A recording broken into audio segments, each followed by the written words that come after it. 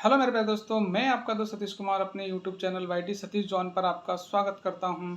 आज मैं आपसे बात करने वाला हूं उन एथलीट खिलाड़ियों की जिन्होंने राष्ट्रीय और अंतर्राष्ट्रीय मंचों पर देश का नाम रोशन किया और तिरंगा लहराया। लेकिन बाद में इन खिलाड़ियों की सरकार और खेल मंत्रालय द्वारा इस कदर उपेक्षा कर दी गई कि इन खिलाड़ियों को अपना जीवन गुमनामी, आर्थिक तंगी और सामाजिक उपेक्षा का सामना करते हुए जीना पड़ रहा है। खिलाड़ी ने देश के लिए मेडल जीता, तिरंगा लहराया, उसी को एक दिन अपनी रोजी रोटी के लिए संघर्ष करना पड़े। सोचिए, तालियों की गूंज, भीड़ का उत्साह और देश का गर्व, सब कुछ ही सालों में खामोशी में बदल जाए। कभी स्टेडियम में गूंजते थे इनके नाम जब उन्होंने राष्ट्रीय और अंतर्राष्ट्रीय मंचों पर भारत का तिरंगा लहराया। आज वही खिलाड़ी ना किसी की नज़रों में है और ना किसी खबर में। कुछ गुमनामी में खो गए तो कुछ आर्थिक तंगी से जूझते हुए अपनी पहचान तक बचाने के लिए संघर्ष कर रहे हैं। जिन हाथों ने देश के लिए मेडल उठाया, आज वही हाथ मदद लेने के लिए उठने को मजबूर हैं। आज की ये कहानी सिर्फ खेल की नहीं है, ये कहानी है उन असली हीरो की जिन्होंने देश के लिए सब कुछ दिया, लेकिन बदले में उन्हें क्या मिला। प्रश्न उठता है, जिन खिलाड़ियों ने राष्ट्रीय अंतर्राष्ट्रीय स्तर पर पदक जीतकर भारत का नाम रोशन किया, तिरंगा लहराया, आज अगर वही खिलाड़ी गरीबी, बदहाली और आर्थिक तंगी में गुमनामी का जीवन जी रहे हैं या जीने को मजबूर हैं, तो आखिर क्यों? और इसके लिए जिम्मेदार कौन है? सरकार, सरकार की योजनाओं की कमी, भ्रष्टाचार, स्पॉन्सरशिप की कमी या फिर मीडिया और समाज की अनदेखी? आज की इस वीडियो में हम ये जानेंगे, तो वीडियो के अंत तक जरूर बने रहिए, क्योंकि यह सिर्फ एक कहानी या भावनात्मक मुद्दा नहीं है, बल्कि सिस्टम की कमियों का नतीजा है। ये कहानी सिर्फ खिलाड़ियों की नहीं, ये हमारे सिस्टम और खिलाड़ियों के भविष्य की सच्चाई है। देश में कुछ ऐसे खिलाड़ी भी हुए जो देश के लिए मेडल जीत कर लाए और फिर धीरे धीरे उन्हें भुला दिया गया। उनका नाम, उनका सपना और उनका स्ट्रगल सब कुछ सिस्टम और समाज के अंधेरे में कहीं खो गया। चलिए कुछ रियल केसेस से समझते हैं। Asha Roy, India fastest women. 2011 Kolkata के नेशनल ओपन एथलेटिक चैंपियन में एक लड़की ने ट्रैक पर ऐसी दौड़ लगाई कि सब देखते रह गए। उसने 100 मीटर, 200 मीटर रेस दोनों में गोल्ड मेडल जीता। उसके टाइम रिकॉर्ड्स ने सबको चौंका दिया। लेकिन आज वही लड़की रोज के खाने के लिए स्ट्रगल कर रही है। आशा रॉय एक छोटी सी बस्ती घनश्यामपुर, वेस्ट बंगाल से आती हैं। उसके पिता सब्जी बेचने का काम करते थे। बचपन में आशा मिट्टी के मैदानों में बिना जूते के प्रैक्टिस करती थी। जब मीडिया ने उन्हें फास्टेस्ट वुमेन ऑफ इंडिया बोला, सबको लगा कि अब उसका करियर बन जाएगा। लेकिन कुछ ही महीनों बाद ना स्पॉन्सर मिला, ना ट्रेनिंग फैसिलिटी। एक इंटरव्यू में आशा रॉय ने बोला, मैं देश के लिए दौड़ी, लेकिन आज मुझे रोटी के लिए, खाने के लिए दौड़ना पड़ रहा है। एक वक्त था जब पूरे स्टेडियम उसके नाम से नारे लगाता था और आज उसी के घर में खाने के लिए रोटी नहीं है। आज वे गरीबी, बदहाली और आर्थिक तंगी का जीवन जीने को मजबूर हैं। सोचने वाली बात है, आखिर क्यों? सोचो, एक बॉक्सर जिसके पास 3 स्टेट लेवल गोल्ड मेडल्स हैं और आज वो सड़कों पर कचरा उठाता हो। यही है कमल कुमार वाल्मीकि की कहानी। कमल उत्तर प्रदेश के एक छोटे से शहर से आते हैं और अपनी स्टेट को बार बार रिप्रेजेंट किया है। कमल चाहते थे कि उन्हें किसी स्पोर्ट्स एकेडमी में कोच की जॉब मिल जाए ताकि यह दूसरे बच्चों को भी ट्रेन कर सकें। लेकिन ब्यूरोक्रेसी और करप्शन ने उनके सारे सपने तोड़ दिए। जब उनके घर में पैसे खत्म हुए और जब जॉब नहीं मिली तो उन्होंने ग्लव्स उतार दी और हाथ में उठा लिया कचरे का डब्बा। आज वे उसी कचरे से कमाए पैसों से उन्हें खिलाते हैं, अपने 4 बच्चों की जिम्मेदारियां निभाते हैं। उन्होंने कहा था, मेरे मेडल सब मेरे पास हैं, पर वो पेट नहीं भरते हैं। जो कचरा मैं उठाता हूँ वही मेरे बच्चों का पेट भरता है। एक वक्त था जब वो रिंग में मुक्का मार के जीत जाते थे, और अफसोस है कि आज जिंदगी के रिंग में हर दिन हार जाते हैं।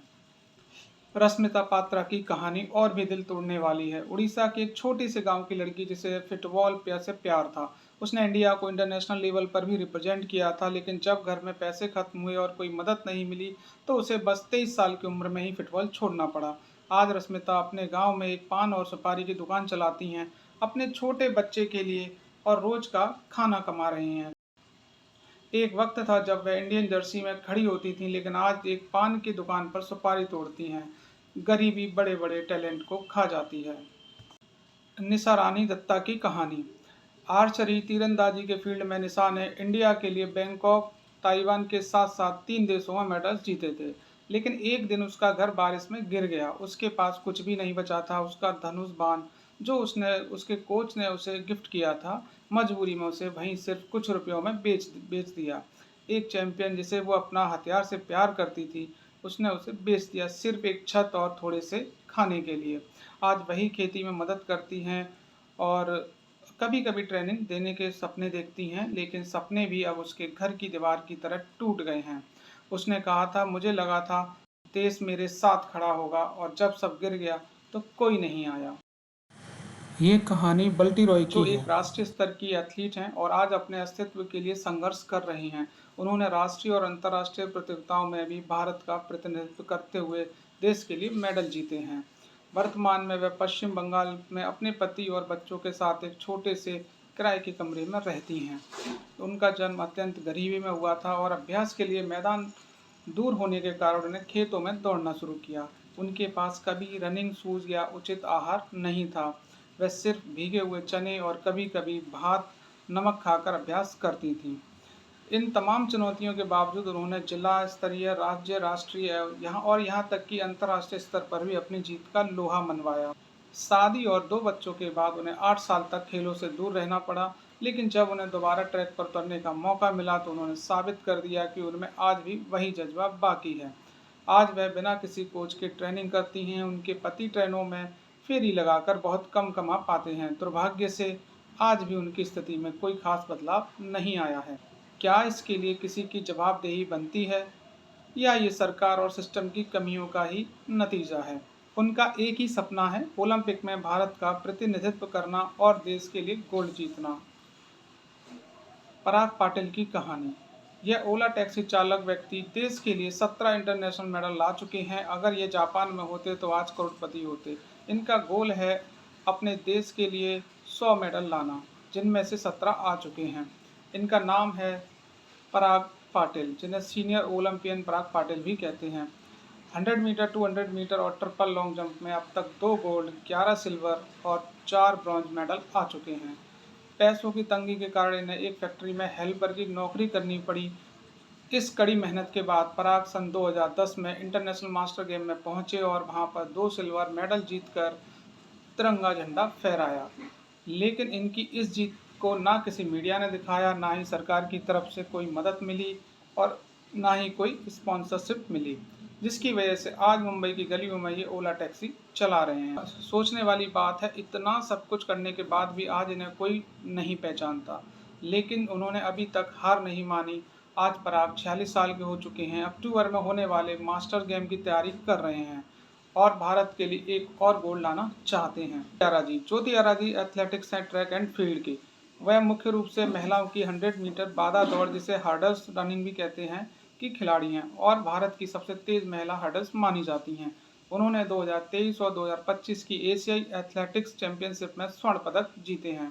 ज्योति ने चाइना का 27 साल पुराना रिकॉर्ड तोड़कर अपने देश का नाम ऊंचा कर दिया है। दरअसल चाइना का रिकॉर्ड हर्डल्स रनिंग में 13.6 सेकंड का था, जो ज्योति ने 12.96 सेकंड में कंप्लीट कर दिया और चाइना का रिकॉर्ड तोड़ दिया। लेकिन दुख की बात यह है कि जब उन्हें मेडल मिल रहा था तब पूरा स्टेडियम खाली था, जिसे देखकर ज्योति की आंखों में आंसू आ गए, और आए भी क्यों ना। दरअसल 2022 में पेरिस से गोल्ड मेडल लाई ज्योति, फिर नीदरलैंड, थाईलैंड, ग्रीनलैंड जैसे देशों से भी गोल्ड मेडल हासिल किया, लेकिन इस लड़की को किसी ने पूछा तक नहीं। ज्योति का जन्म आंध्र प्रदेश के विशाखापट्टनम में एक मध्यम वर्गीय परिवार में हुआ था। उनके पिता सूर्य नारायण एक सुरक्षा गार्ड हैं और उनकी माता हाउसवाइफ हैं, घरेलू सहायिका के रूप में काम करती हैं। उसके बावजूद भारत की ज्योति आराजी 100 मीटर हर्डल्स रनिंग में पूरे देश को पछाड़ रही हैं, पर उनकी एक स्टोरी भी लगाना किसी ने जरूरी नहीं समझा। ज्योति आराजी एक ऐसी लड़की हैं जिसने हमारे भारत के लिए 2022 और 2025 में भी गोल्ड मेडल जीता है। उसकी जीत की खुशी में कोई उसके पीछे नहीं खड़ा था। ये मंजर बड़ा ही भावुक करने वाला मंजर था। तरुण शर्मा की कहानी। तरुण शर्मा इंडिया के इस एथलीट ने इंटरनेशनली 15 देशों में 50 से ज़्यादा मेडल्स जीते हैं भारत के लिए, लेकिन आज भी पैसे कमाने के लिए इन्हें सब्जियां बेचनी पड़ती हैं। तरुण शर्मा जब सिर्फ 6 साल के थे तब इन्हें एक पैरालिसिस अटैक हुआ इस वजह से इनकी लेफ्ट साइड अच्छे से काम नहीं करती और इन्हें बोलने में भी दिक्कत आती है। इनका परिवार भी बहुत गरीब है। इतनी सारी दिक्कतों का सामना करने के बाद भी तरुण आज एक इंटरनेशनल प्लेयर हैं, जिन्होंने कई बार गोल्ड मेडल जीता है। लेकिन जब भी ये किसी फॉरेन कंट्री में टूर्नामेंट खेलने के लिए जाते हैं, तब हर बार इन्हें बैंक से लोन लेना पड़ता है। इनके ऊपर कई लाख का लोन है और इन्होंने अपना घर भी गिरवी रखा हुआ है। इन्होंने कई बार सरकार से मदद की रिक्वेस्ट की, लेकिन आज तक सरकार ने इनकी मदद नहीं की है। फिर भी हार न मानते हुए तरुण ने पंजाब में कराटे एकेडमी खोली और यहाँ से 1400 गरीब लड़कियों को कराटे सिखाते हैं।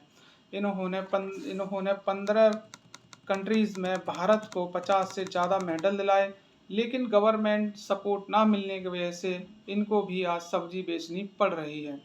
सोचने वाली बात है कि आखिर मदद मांगने पर भी सरकार का सपोर्ट ऐसे एथलीट्स को क्यों नहीं मिला।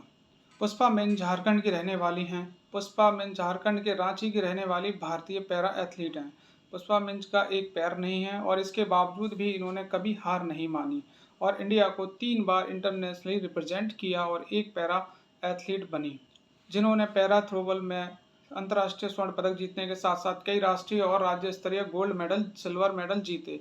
खेल जगत में इनकी उपलब्धियों के बावजूद उन्हें आर्थिक तंगी का सामना करना पड़ा है।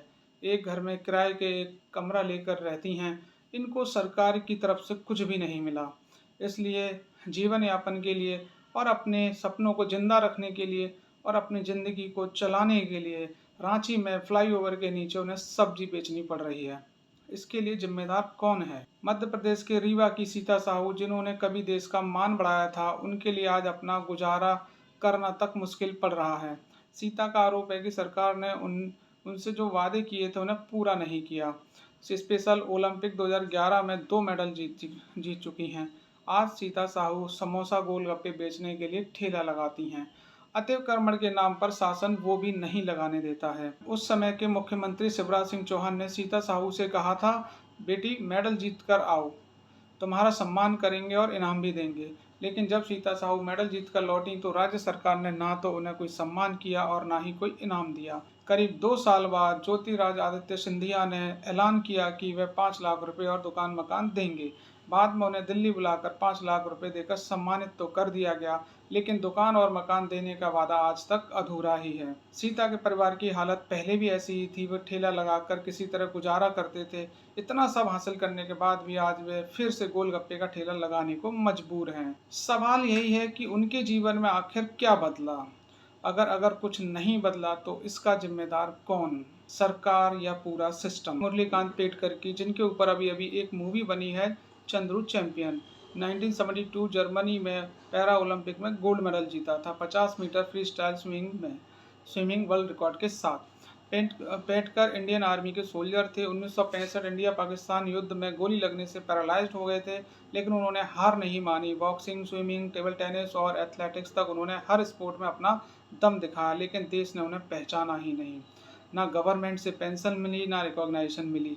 उन्होंने कहा, मैं सोल्जर भी था, स्पोर्ट्स पर्सन भी था, दोनों ही रूप में मैंने देशों के लिए लड़ाई लड़ी, पर दोनों ने ही मुझे भुला दिया।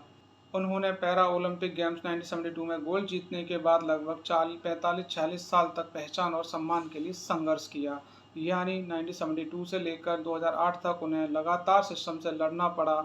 अगली कहानी है मंदी झांगरा की, Asian Games medallist, Commonwealth game medallist, Arjun award winner और बॉक्सिंग के वर्ल्ड चैंपियन। फिर भी इनको खुद कहना पड़ता है कि हमसे ज़्यादा तो बिग बॉस के कंटेंट्स फेमस हैं। हमें आज तक किसी गवर्नमेंट ऑफिशियल ने ना कांटेक्ट किया, ना ही किसी ने टीवी चैनल पर बुलाया। आखिर ऐसे खिलाड़ियों को मीडिया ने क्यों नज़रअंदाज किया?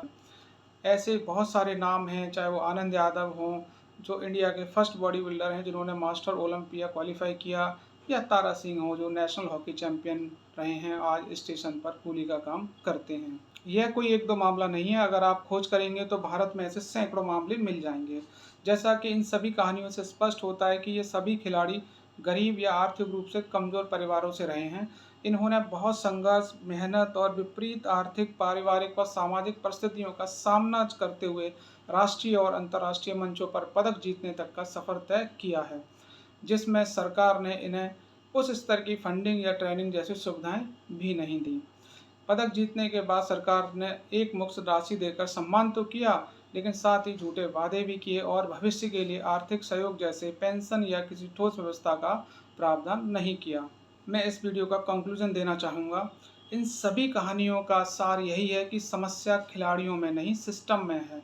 जहां जीत के समय ताली बजती है, वहीं हार या करियर खत्म होने के बाद खिलाड़ी अकेले छोड़ दिए जाते हैं। सरकार और सरकारी योजनाओं की कमी, सरकार की गलत नीतियां, भ्रष्टाचार, स्पॉन्सरशिप की कमी या ना मिलना, जातिवाद मानसिकता, इंटरनल पॉलिटिक्स, मीडिया की अनदेखी और खिलाड़ियों के भविष्य के लिए आर्थिक सहयोग का अभाव और समाज की अनदेखी, ये सब मिलकर एक चैंपियन को गुमनामी और बदहाली में धकेल देते हैं। अगर हमें सच में खेलों में महाशक्ति बनना है तो सिर्फ मेडल नहीं, खिलाड़ियों के भविष्य भी सुरक्षित करना होगा। हेलो मेरे प्यारे दोस्तों, अगर आप अपने देश के खिलाड़ियों से प्यार करते हैं और अगर ये वीडियो आपको पसंद आया है तो इस वीडियो को लाइक एंड चैनल को सब्सक्राइब करें, वीडियो को शेयर करें।